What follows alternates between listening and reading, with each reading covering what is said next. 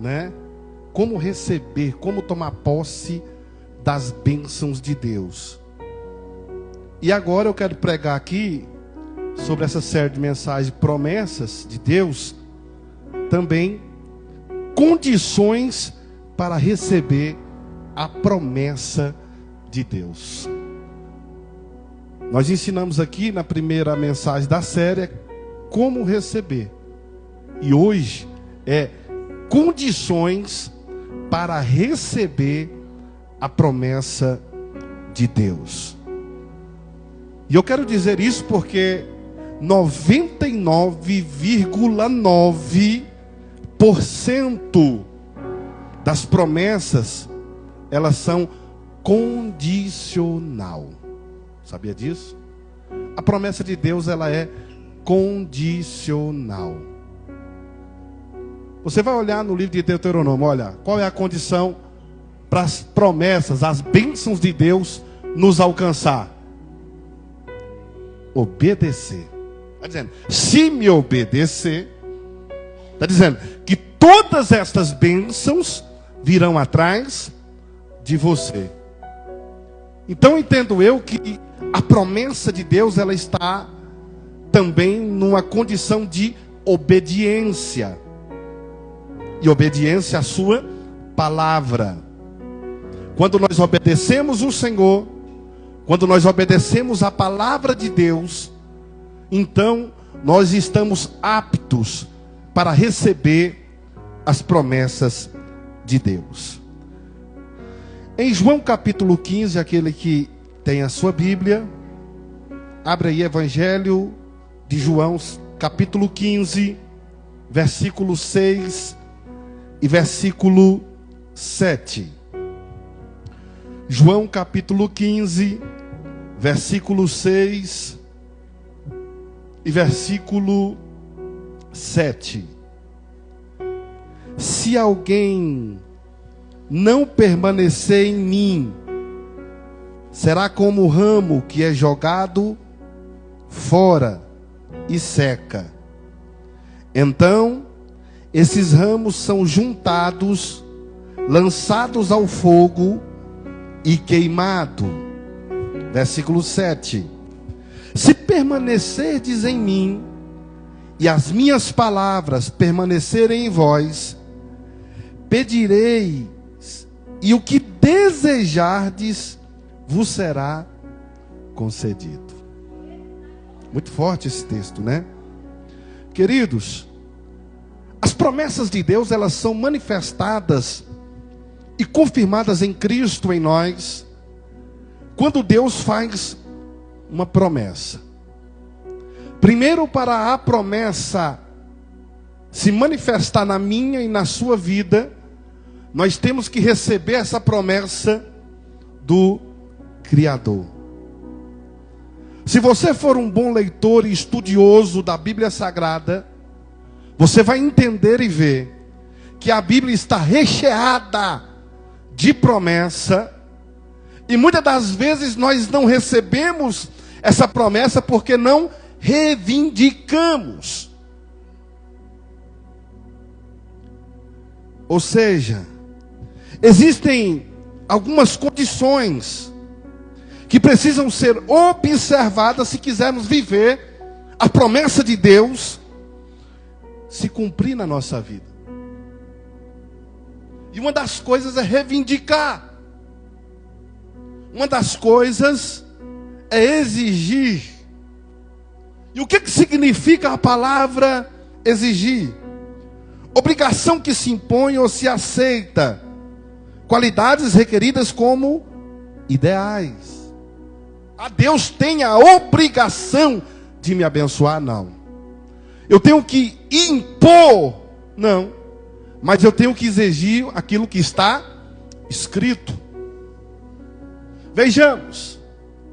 Você é filho, e você tem um pai, você tem uma mãe. E no dia que o seu pai ou a sua mãe faltar, você vai reivindicar, você vai exigir o quê? A herança. Se não estiver no testamento. se já não tiver organizado. Para você receber esta herança, este bem que ficou, você vai ter que reivindicar, exigir na justiça. Vai ter que contratar um advogado. Esse advogado vai ter que fazer um inventário. E nesse inventário ele vai fazer a petição para a partilha dos bens para os que são filhos. Ou seja, a Bíblia diz que Deus é dono do ouro e dono da prata. E tudo que há neste mundo e tudo que tem debaixo do céu e no céu pertence ao Senhor. Mas a Bíblia diz que eu e você somos filhos de Deus. Porventura também temos a herança. Que herança? Das promessas que Deus deixou nas Escrituras e na sua palavra, para que eu e você venha receber. Olha que coisa mais linda.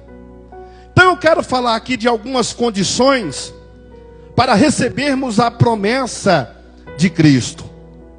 E para que Cristo cumpra em nós aquilo que Ele prometeu, é necessário o quê? Vivermos em comunhão com Ele. Só assim Ele cumprirá a promessa que Ele fez, ou que está escrito na sua palavra, na minha e na sua vida. Veja o texto que eu li em João capítulo 15, versículo 6. Se alguém não permanecer em mim, será como um ramo que é arrancado, jogado fora, logo ele vai se secar. E quando secar, é ajuntado e lançado aonde? No fogo. Aqui está falando sobre salvação, que é uma das maiores promessas e bênçãos que um ser humano pode alcançar. E tem uma exigência da parte de Deus. Tem uma condição para que eu venha receber a promessa, a bênção da salvação. E qual é? Permanecer em comunhão com o Senhor. A Bíblia está dizendo: se eu permanecer no Senhor, se eu ter comunhão com Deus, olha o versículo 7. E as minhas palavras permanecerem em vós, olha só. Pode pedir qualquer coisa, que tudo que você pedir, Deus vai fazer. Duas coisas para que a promessa de Deus venha se cumprir na minha e na sua vida. Primeiro, eu tenho que estar em plena comunhão com Deus. Eu tenho que estar em plena comunhão com o Senhor. E a comunhão, e a palavra está dizendo, é se eu permanecer nele. É se eu permanecer na palavra dele. É se eu permanecer junto com ele, custe o que custar. Segundo requisito, não adianta só vir para a igreja, buscar a Deus, dizer que acredita em Deus. As palavras dele têm que permanecer no nosso coração. Tem que estar em nós. Porque quando você permanece no Senhor, tem uma comunhão com Deus, e as palavras dele estão sempre em você e dentro de você, olha o que está dizendo o texto: tudo que pedirdes vos será concedido. Se você souber o poder que tem a comunhão com o Senhor, se você souber o poder que tem eu estar em comunhão com Ele, ligado com Ele, e jamais desistir dEle, e pegar essa palavra, irmãos, porque lá no livro de Josué, quando Deus vai falar para Josué: Josué, olha, assim como eu fui com Moisés, você contigo. Pega esse povo e passa o Jordão. Só que para você passar o Jordão e conquistar essa terra que eu prometi, você não pode sair do caminho. Permanece firme nele. E também você tem que pegar a minha palavra, que é a minha lei, e meditar nela de dia e de noite. Infelizmente tem pessoas que só abrem a Bíblia no dia que vem no culto. O texto aqui está dizendo sobre uma condição: se a minha palavra permanecer em você. Aquele que se alimenta só no domingo ou na quarta, nos outros dias vai sentir fome. E é por isso que vacila, e é por isso que erra. Porque uma pessoa que está com fome, ela fica totalmente desesperada. Uma pessoa que está com fome, ela, para matar e saciar aquela fome, ela faz qualquer negócio. Vocês lembram de Esaú? Quando perdeu o seu direito de primogenitura, ele fez um negócio com seu irmão porque ele estava com fome. E a fome deixa a pessoa irritada. A fome deixa a pessoa sem condição de estar pensando direito. E aí o camarada que tinha um direito de receber a bênção paterna pela primogenitura e ser abençoado, e um dos patriarcas vendeu por um prato de sopa. Por quê? Porque ele sentiu muita fome. Você tem que tomar cuidado, irmãos. Não se alimentar só quando o pastor está pregando. Não se alimentar da palavra dele só quando vem para o culto, abre a Bíblia ou escuta o que está sendo lido. Mas nós temos que alimentar desse pão diário. E quanto mais eu me alimento da palavra, quanto mais eu escuto a palavra, quanto mais eu estudo a palavra, eu vou me saciando. Eu vou entendendo a comunhão. Porque um dos pré-requisitos para receber a promessa de Deus é que eu tenho que permanecer nele. E a palavra dele tem que permanecer em mim. Porque quando eu fazer isso, tudo que eu e você pedir, não será feito.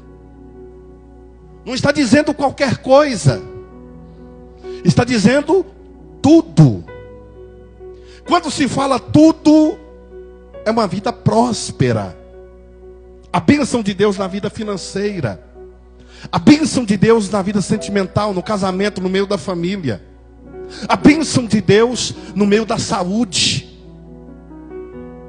Quando fala tudo, Deus vai suprir todas as vossas necessidades.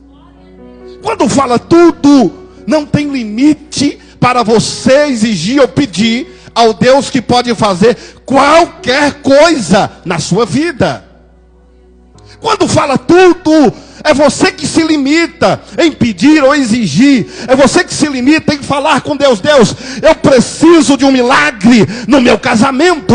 Eu preciso de um milagre na minha saúde. Eu preciso de um milagre, Deus, na minha vida espiritual. Quando fala tudo, é sem restrição. Deus está dizendo: qualquer coisa que vocês pedirem, se permanecer em mim e as minhas palavras permanecer em você, vai ser feito. Por que tem muita gente que está pedindo na igreja e não está acontecendo nada? Por que tem muita gente que está na igreja há vários anos e a vida nunca muda? Por esses dois motivos. Um dia ele está com Deus e outro dia ele não está. E ele só quer estar com Deus quando Deus está trazendo um benefício a ele. As palavras de Jesus não estão permanecendo dentro dele.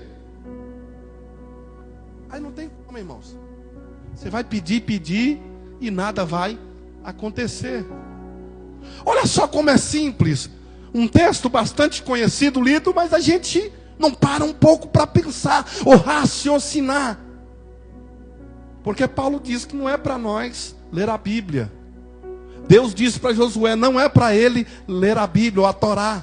Ele disse para meditar, irmãos, é diferente de ler. Porque quando a gente lê uma revista, a gente lê um artigo de jornal. Mas quando eu abro as Escrituras, eu tenho que estudar. Quando eu abro as Escrituras, eu tenho que tentar entender aquilo que Deus quer falar comigo. Então, o segredo para Deus abençoar a sua vida e você receber as promessas dele é permanecer em comunhão com ele. E a palavra dele está em você de dia e de noite. De manhã cedo, irmãos, antes de mais nada, antes de qualquer coisa, Se alimente da palavra de Deus. À noite, quando for dormir, irmãos, ao invés da gente ficar nos videozinhos engraçados no TikTok, no Instagram, vamos colocar um louvor. Vamos ouvir um pouco a palavra. Porque é um estudo comprovado cientificamente. Tudo aquilo que você fica fazer os 20 minutos antes de dormir é aquilo que o seu cérebro vai ruminar, é aquilo que a sua cabeça vai trabalhar a noite inteira. E aí às vezes a gente fica enchendo de porcarias, de lixos mentais. E aí a gente tem perturbação à noite, a gente tem pesadelo à noite, a gente não consegue dormir.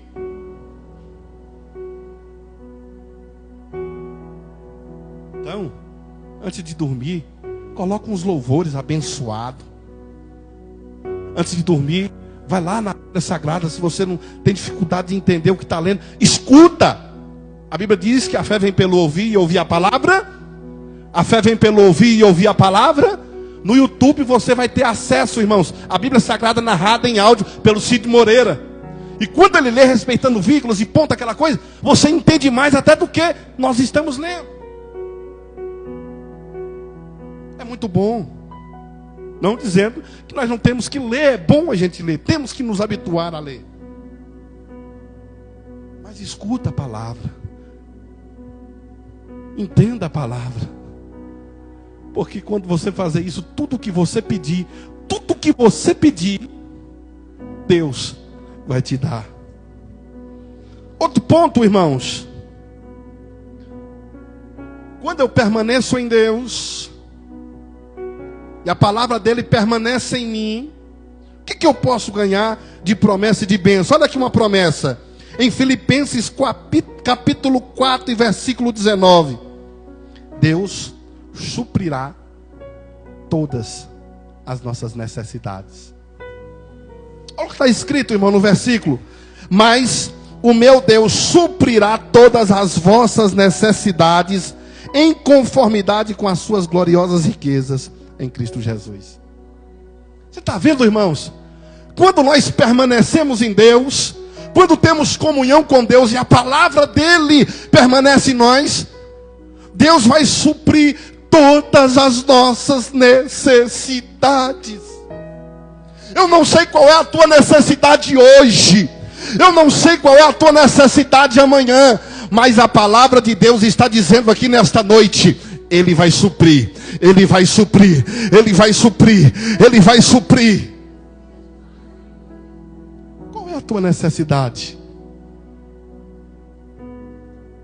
Deus sabe, mas às vezes Ele quer ouvir da tua boca. Jesus sabia que o cego de Jericó era cego, sim ou não? Jesus sabia que ele era cego, sim ou não? Claro, irmãos. Era um cego e estava lá. Mas Jesus pergunta para ele: ei, cara, o que queres que eu? O que queres que eu? O que é que um cego quer, irmão? Esmola? Ele sabendo que Jesus estava passando e que Jesus poderia solucionar o problema dele, Jesus mesmo assim pergunta. Então qual é a tua necessidade? Porque se você permanecer nele, as palavras dele permanecerem em você, ele vai suprir todas as suas necessidades. Segundo, para as promessas de Deus se cumprir na minha vida, primeiro temos que ofertar a obra de Deus. Filipenses capítulo 4 e versículo 18. E quando eu falo em oferta, não é só financeira. Porque quando eu oferto dinheiro, finança, eu vou colher isso. Mas ofertar o teu corpo, ofertar a tua vida, ofertar o teu melhor tempo. Nós queremos que Deus tenha tempo para nós em todos os momentos de nossa vida, mas às vezes não queremos separar um tempo para Deus. E às vezes vamos para a igreja se for por uma obrigação. Nós temos que ofertar. Olha só o que está escrito: agora estou plenamente suprido, até em excesso, tenho recurso em abundância, desde quando recebi de Epafrodito os donativos que enviastes, como oferta de aroma suave, como sacrifício aceitável a Deus. Queridos, quer que a promessa de Deus se cumpra na sua vida? Tenha um coração generoso. E quando se fala tenha um coração generoso, tenha o seu coração generoso para a obra de Deus. Dízimo e oferta é para a casa de Deus. Dízimo e oferta, irmãos, é para que nós possamos continuar fazendo a obra de Deus. Pagamos a internet, pagamos a água, a luz, pagamos o aluguel, investimos na qualidade do som, dos instrumentos, investimos no conforto das cadeiras, tudo isso para receber o povo de Deus. E quando nós temos o nosso coração voluntário em ofertar a casa de Deus, dizimar na casa de Deus, irmãos, pode ter certeza que aquilo que está escrito em Malaquias vai se cumprir. Ele vai abrir as janelas e além disso ele vai repreender o quê? Devorador, migrador, cortador. Isso é importante. Mas também ser generoso com o meu próximo. Hoje está um pouco difícil. Quando a gente para num sinal, vem aqueles marmanjos. Você sabe que dá para trabalhar. Lhe pedir dinheiro, irmão, e a gente sabe que é para usar droga. O meu coração fecha. Mas tem hora que esse tipo de gente não quer dinheiro. Eles querem o quê? Alimento. Um lanche. Esses dias eu estava ali na padaria, tomando meu café, e eu vi um mendigo desses andarinos, um rapaz novo, de uns 20 e poucos anos, sujo e fedido. E ele estava sentado comendo um biscoitinho, tomando um copinho de café. Aí eu vi ele pedir, ele não me pediu, mas eu vi ele pedindo para um homem que passou, e o homem ignorou ele. Aí ele pediu de novo para o outro que entrou. Aí o outro disse: você não está comendo? Ele ficou calado. Aí ele pediu para o outro. Aí eu falei assim: rapaz, mas você não está comendo aí, rapaz? Você está querendo mais? Eu falei assim: passei fome a noite e o dia ontem, não comi nada. Eu estou com muita fome. Irmão, aquilo doeu no meu coração. Diz: o que você quer comer? Eu quero um sargado. Ele falou: sargado. Eu falei: não, sargado não vai encher você não. Eu estava com aqueles maravilhas, aquele biscoito frito, pão. Eu falei: pega uns 4 lá, um copo de café, top, bem cheio, e come. E ele comeu, irmão. Uma violência. Tá cheio? Ainda não. Pega mais biscoito. Pega isso. Tá cheio? Tá quase, mas ainda não. Vai lá pegar agora o sargado, tanto que você quiser, que você dá conta de comer. Foi lá e pegou. Quer mais você quer? Quer mais café? Quer mais isso? Tá cheio? Agora eu não aguento mais nada. Mano, eu dei lanche para ele. Esse foi o dia mais caro que eu paguei lá. O dinheiro que eu gastei lá, dava para comer mais da semana. Mas meu coração se alegrou que ele pegou a cobertinha dele, pegou o negócio dele, me abençoou. Ele me abençoou. Deus te abençoe. E foi embora de barriga cheia. E eu pude ser generoso com alguém que precisava. A gente tem que entender, e nós temos que aprender, irmão, ser generosos com o necessitado. Se Deus tocar no seu coração com alguém, faça. Porque quando nós estamos fazendo a um necessitado, diz a Bíblia, que nós estamos fazendo diretamente a Jesus. Isso é reino. Isso é reino. Tem um propósito porque eu quero ser milionário. E eu não quero ser milionário só para me desfrutar, viver uma vida boa. Claro que também quero. Mas é para me investir no Nordeste. É para me investir na África. Deus sabe disso. Eu quero abrir um ministério Ágape lá na África, para colocar lá 100, 200 crianças e dar café, almoço, janta para essas crianças. Todos os dias nós vamos conseguir, irmãos, manter isso. Ah, pastor, você não podia fazer aqui no Brasil? Estou fazendo também. Mas nós já temos que começar. Enquanto a gente não pode fazer uma magnitude como essa, vamos fazer com o próximo que Deus enviar. Vamos fazer com o próximo que Deus mandar. Fica atento, fica de olho aberto. Seja generoso, oferte, abençoe.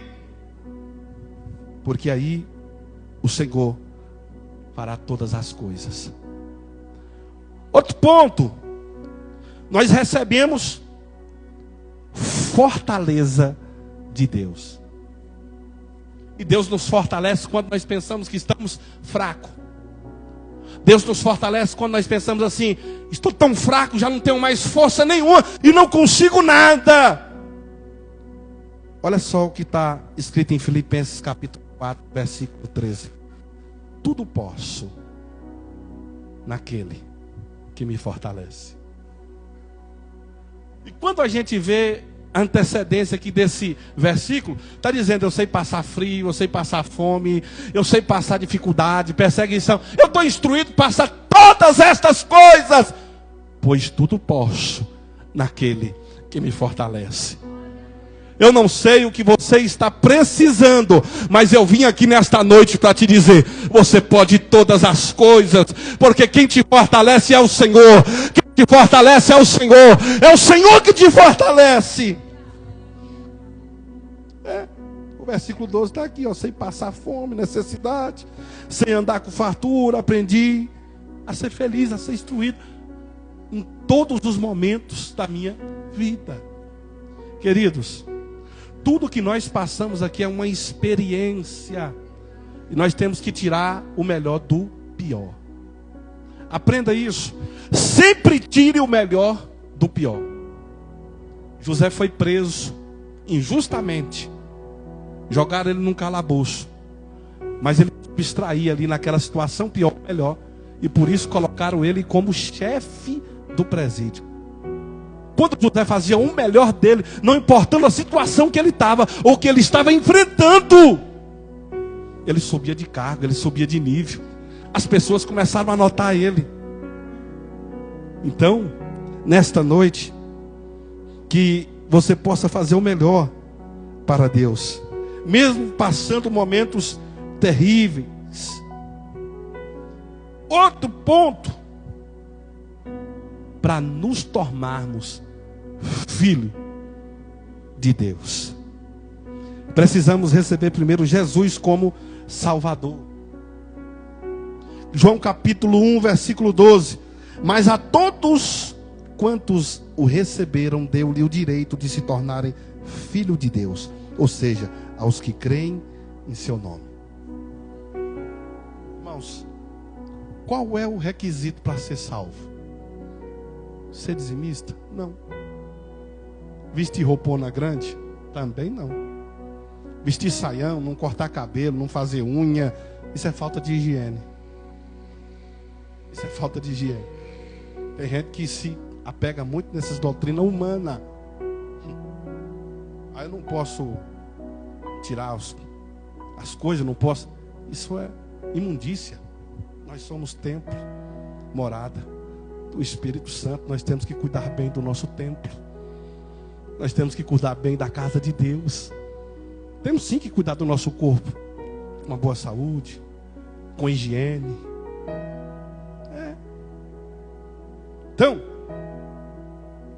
para nós tornarmos filhos de Deus, qual é o requisito? Crer no nome de Jesus. Quando você acredita, quando você crê e aceita Ele como teu Salvador, automaticamente você já é filho de Deus.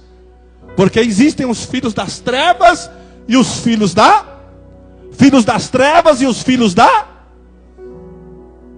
Eu e você não somos filhos das trevas. Já fomos um dia. Já servimos um dia. Mas hoje aceitamos a Cristo como nosso Salvador. Cremos no sacrifício que Ele fez por mim e por você lá na cruz do Calvário. E por isso hoje nós temos o direito de sermos chamados filhos de Deus. Filhos de Deus. E como disse, Deus é dono de tudo. E se Ele é dono de tudo, Ele tem o melhor para os seus filhos. Olha para ele e olha para ela e diga: Deus tem o melhor para você.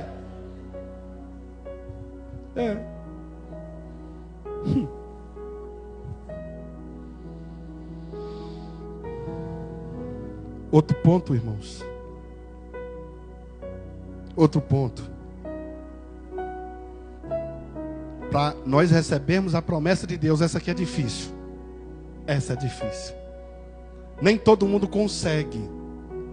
Mas se conseguir, meu Deus do céu, a promessa de Deus vai se cumprir na tua vida. E isso está escrito lá em Mateus capítulo 5, versículo 44 e versículo 45. Eu tenho que amar os meus inimigos. Não está mandando odiar, irmãos. Está mandando amar. Ah, pastor, então tem que amar, andar com ele e ver. Não. Amar é uma coisa. Conviver e andar é outra. Eu amo o meu inimigo é quando ele me quer o mal e que Deus abençoe. E não desejo o mal a ele. E é difícil, irmãos. Não é fácil. Porque aquele que pisa no teu calo, aquele que pisa no teu pé, fala mal de você, mas você chega. Isso é natureza humana. Mas o que Jesus está dizendo no texto? Amai vossos inimigos. Olha aqui. Para que vos torneis filhos do vosso Pai. Ó, para tornar filho de Deus, não tem outro jeito. Olha só. Está nos céus, ó. Para que Ele faça raiar o sol sobre os maus e os bons. Derrama chuva sobre mim e sobre os injustos. Olha para você ver. Primeiro, versículo 44. Vos digo, amai os vossos inimigos e orai pelos que te perseguem. Agora não está falando para eu orar para ele, oh Deus abençoe ele porque ele está me perseguindo, oh Deus, não. Ora para que ele venha cair na realidade. Ora para que Deus venha fazer justiça. Ora para que Deus venha tocar no coração dele e parar de te perseguir. Está mandando orar pelos seus perseguidores. Mas o primeiro requisito é que eu tenho que amar. Não é desejar o mal. Não é desejar que ele morra. Porque tudo que eu desejar é como se fosse um espelho. Volta para mim. Então não deseja a morte de ninguém, irmão. Porque senão quem vai acabar morrendo é você. Não deseje que alguém adoeça. Porque senão quem vai acabar doente é você. Ame. Ame. Ah, é meu inimigo, mas deixa ele para lá. Cada um tem o que merece. Cada um colhe o que? Cada um colhe o que? Porque aqui o texto está dizendo, o sol nasce para os justos e para os ímpios. Então, se eu fazer o mal a alguém e esse mal volta para mim, se alguém fazer o mal a mim, vai voltar? Vai voltar? Para ele. Gênesis capítulo 12, quando Deus está falando para Abraão, Abraão, eu vou abençoar os que te abençoar, e vou amaldiçoar quem te amaldiçoa. Então, irmão, fica tranquilo. Deus é a nossa justiça. Você não precisa de fazer nada contra o teu inimigo, não. Deixa que Deus trabalha por você. É. Outro. Para recebermos a promessa de Deus, nós temos que receber o perdão de Jesus. E temos que confessar os nossos pecados. Qual é o requisito para Deus nos perdoar primeiro? Qual é o requisito? Perdoar. Porque tem gente que não quer perdoar e quer ser perdoado. E se você souber o poder que tem o perdão. Quando eu perdoo, a Bíblia diz que Deus perdoa os meus pecados. E quando eu estou sem pecado, irmãos, o céu está aberto para mim e para você. É que às vezes a gente está acumulado demais, a gente está cheio demais, a gente está pecando, está errando demais. E nós não temos o perdão de Deus, por quê? Porque eu não sei perdoar. Pratique o perdão. Perdoe quem te fez mal, perdoe quem te ofendeu, perdoe quem está falando de você.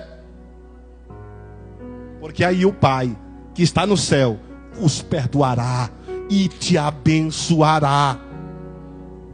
Então, para me tornar um filho de Deus, Eu tenho que aprender a perdoar. João capítulo 1, versículo 9. Se confessarmos os nossos pecados, perdoar e confessar o pecado. Se confessarmos os nossos pecados, Ele é fiel e justo para nos perdoar todos os pecados e nos purificar de qualquer injustiça. 1 de João capítulo 1, versículo 9. Quando eu confessar o meu erro, quando eu confessar o meu pecado, sabe por que às vezes tem muita gente que não está recebendo as bênçãos de Deus? Porque está com muito pecado acumulado. E o texto está dizendo, tenho que confessar. E eu só confesso quando eu falo. Ah não, fica tranquilo, deixa só para mim. Confessa para Deus. Confessa para o teu pastor, para a tua pastora.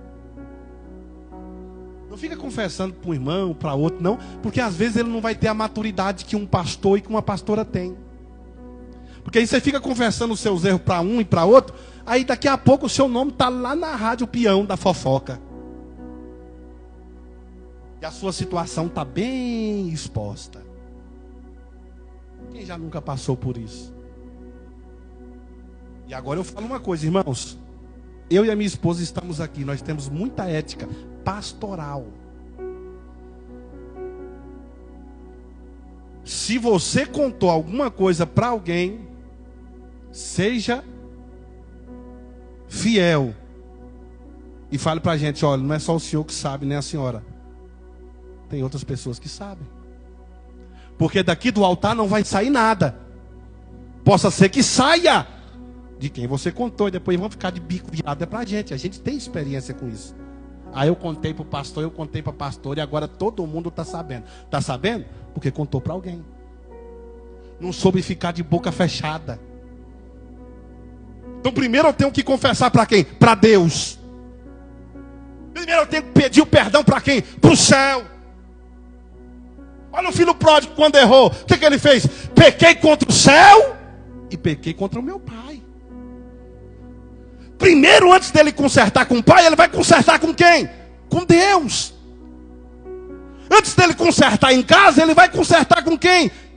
Com os céus.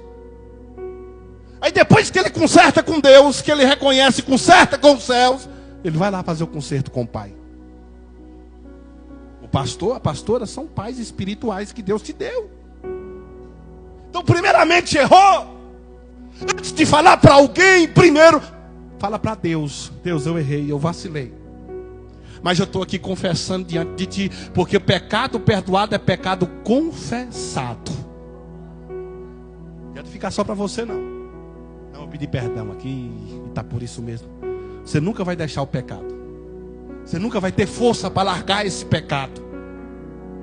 Tem que confessar. E nós temos que confessar para o Senhor.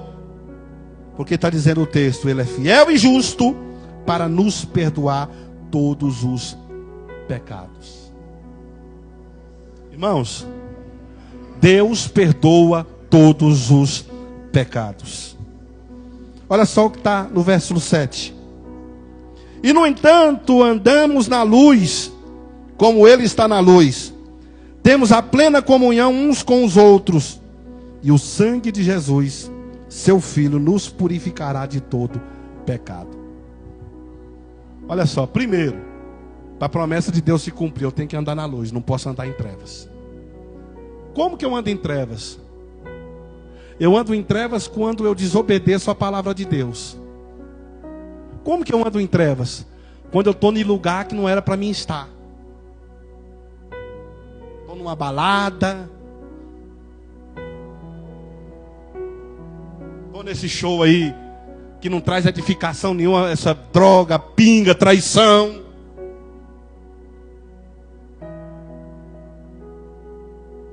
Quando eu não estou em plena comunhão com o meu irmão, com a minha esposa, com as minhas filhas, com meus filhos.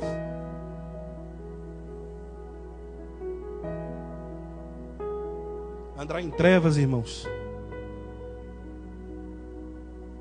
é desobedecer a palavra de Deus, é ter uma vida de desobediência. Mas a Bíblia diz que para que o meu pecado e o seu pecado seja perdoado, primeiro nós temos que andar na luz. A Bíblia diz que a luz é a sua palavra. E aí, irmãos, tenho que ter comunhão também uns com os. Quando você está na igreja, irmão, e você fica de bico virado para um, de bico virado para outro, será que Deus vai perdoar seus pecados? Aqui o texto está dizendo que não. Porque a nossa guerra não é contra a carne nem contra o sangue. O meu inimigo não é o meu irmão. O meu inimigo são os principados e potestades que atuam na região celestial. Às vezes a gente fica fazendo o nosso irmão de inimigo. E não, irmãos. Já fala, irmão. Olha para ele, olha para ela, diga: você não é meu inimigo. Você é meu amigo. E para herdar o céu, para herdar a promessa de Deus, para que o pecado seja perdoado e Deus venha te abençoar, tenha comunhão uns com os outros. Agora, se ele não quiser ter comunhão comigo, aí é uma coisa particular dele. Se ele não quiser andar comigo, aí já é uma coisa particular dele. Se ele não quiser e não me aceitar mais hoje como pastor, ou não quer mais falar porque embirrou, que é o que mais acontece por aí, é uma coisa particular deles. Eu estou aqui. Se voltar que nem um filho, caindo em si, porque também se voltar de qualquer jeito, rebelde, aí a gente tem que usar a disciplina para colocar no caminho. Mas se quando cai em si, reconhece que pecou contra o céu e que pecou contra o Pai, irmãos, e vem arrependido com humildade, porque o filho pródigo não quis voltar como filho dele, quis voltar como servo. Aí o pai: não, você é filho, você é filho. Então, nós temos que ter comunhão uns com os outros. Deixa eu correr aqui e atropelar um pouco disso aqui, senão não dá para terminar. Outro ponto, irmãos, para recebermos poder do alto e vencermos o pecado e fazermos a obra de Deus. Atos capítulo 1, versículo 8. Contudo recebereis poder quando o Espírito Santo descer sobre vós, e sereis minhas testemunhas, tanto em Jerusalém como toda a Judeia e Samaria até os confins da terra. Poder é para quê, irmãos? Para testificar, testemunhar, falar do amor de Deus aqui, na sua vizinhança, na sua casa, na cidade, no seu WhatsApp, no seu Instagram, no seu Facebook. Seja testemunha de Cristo. Pregue a palavra, ensine, fale do amor dele. Eu recebo poder para pregar o evangelho. Segundo aqui, Lucas capítulo 24, versículo 49. E eis que sobre vós envio a promessa do meu Pai. Contudo, permanecei na cidade, até que sejais revestido de poder do alto. Olha a promessa aí. O revestimento de poder é uma promessa de Deus. O Espírito Santo é uma promessa de Deus. Olha o que ele está dizendo. E eis que envio a minha promessa. Para revestir vocês de poder. Para que vocês possam enfrentar o inimigo da tua alma, para que vocês possam enfrentar os problemas da vida de peito aberto. E para a gente concluir, irmãos, nós podemos crer nas promessas de Deus. Por quê, pastor? Porque Ele é fiel. Diga: Deus é fiel. Diga: Deus é fiel. Olha só o que está escrito em 2 Timóteo capítulo 2, versículo 13.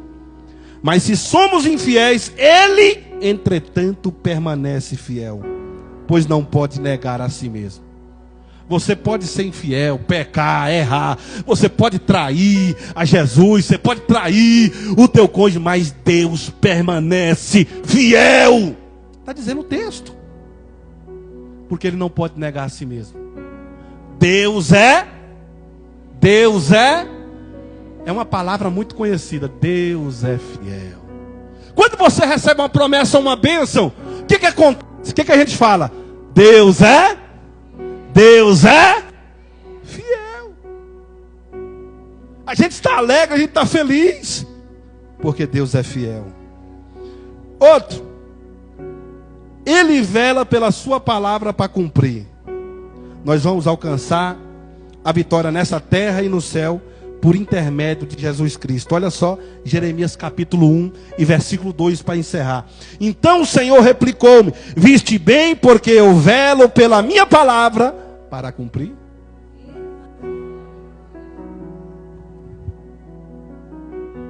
Deus é fiel.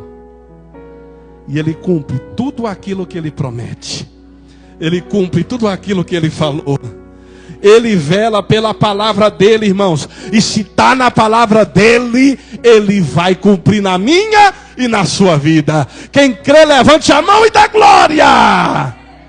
Vamos ficar de pé? Ô glória.